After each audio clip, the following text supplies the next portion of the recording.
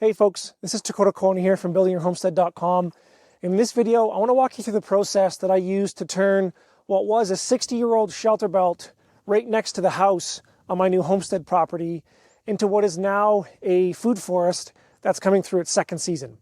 Hope you enjoy. Okay, so I just had a massive insight I wanted to share with you. So my house is right here, and then there's this really old, probably 50-60-year-old Shelterbelt right here, and I haven't really walked through here much just because it looks like absolute chaos, like it looks like just a jungle.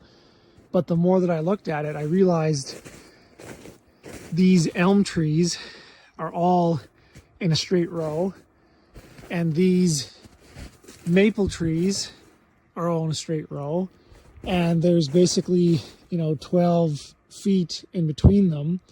And so I'm thinking, and then there's carragana on the outside as well as volunteer carragana on the inside, and these are all like cotoneaster kind of shrubs underneath here. But what I'm thinking is this would be just an incredible spot for a to come in here and retrofit this old Shelterbelt as a syntropic system, because basically I can come and plant a fruit tree in the middle of every single one of these spaces, and then take these guys, pollard them off at go above 6 feet or whatever, or how we want, so that it's it's out of our hair, but it's also not it'll also create that emergent canopy that will protect these younger trees, and then it can kind of get crown lifted later on. And the same thing with this row. So I would come through with a skid steer, and they can get like hydraulic mulchers on the front of them.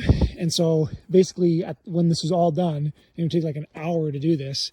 There would be, and I would coppice all this stuff, pollard all these taller guys first, throw all the branches just in the middle, kind of lay them out flat here, and then get a skid steer guy to come in.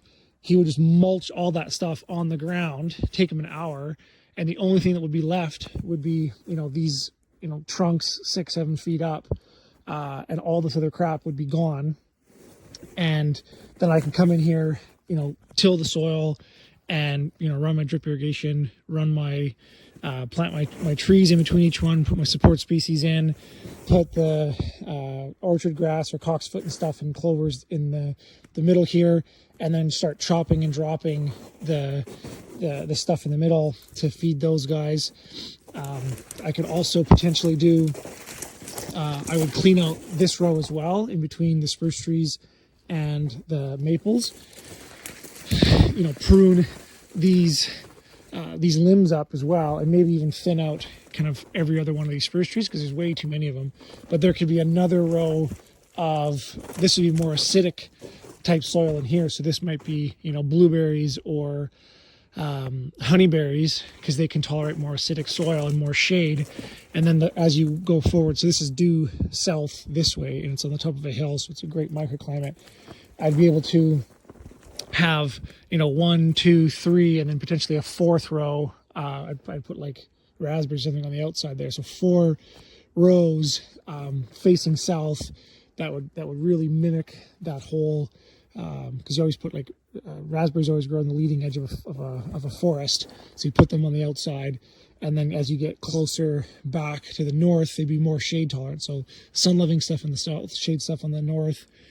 And I'd basically be able to come in and take this, decades old Shelterbelt that's super ratty and turn it into a, this puts me decades ahead in terms of being able to start to experiment with this stuff.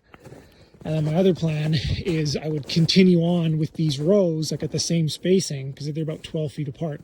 I would continue on with those rows and go right across kind of my front yard here. But this is more kind of open space, and there's an existing oak tree there. That's really nice. But yeah, how freaking wicked would that be to have all of this incredible biomass and decades old kind of forerunner system that I can come in and just in a couple hours of work mulch it down, create all that biomass, have my emergent species that are going to provide the shade and the frost protection already established. They're producing tons of biomass.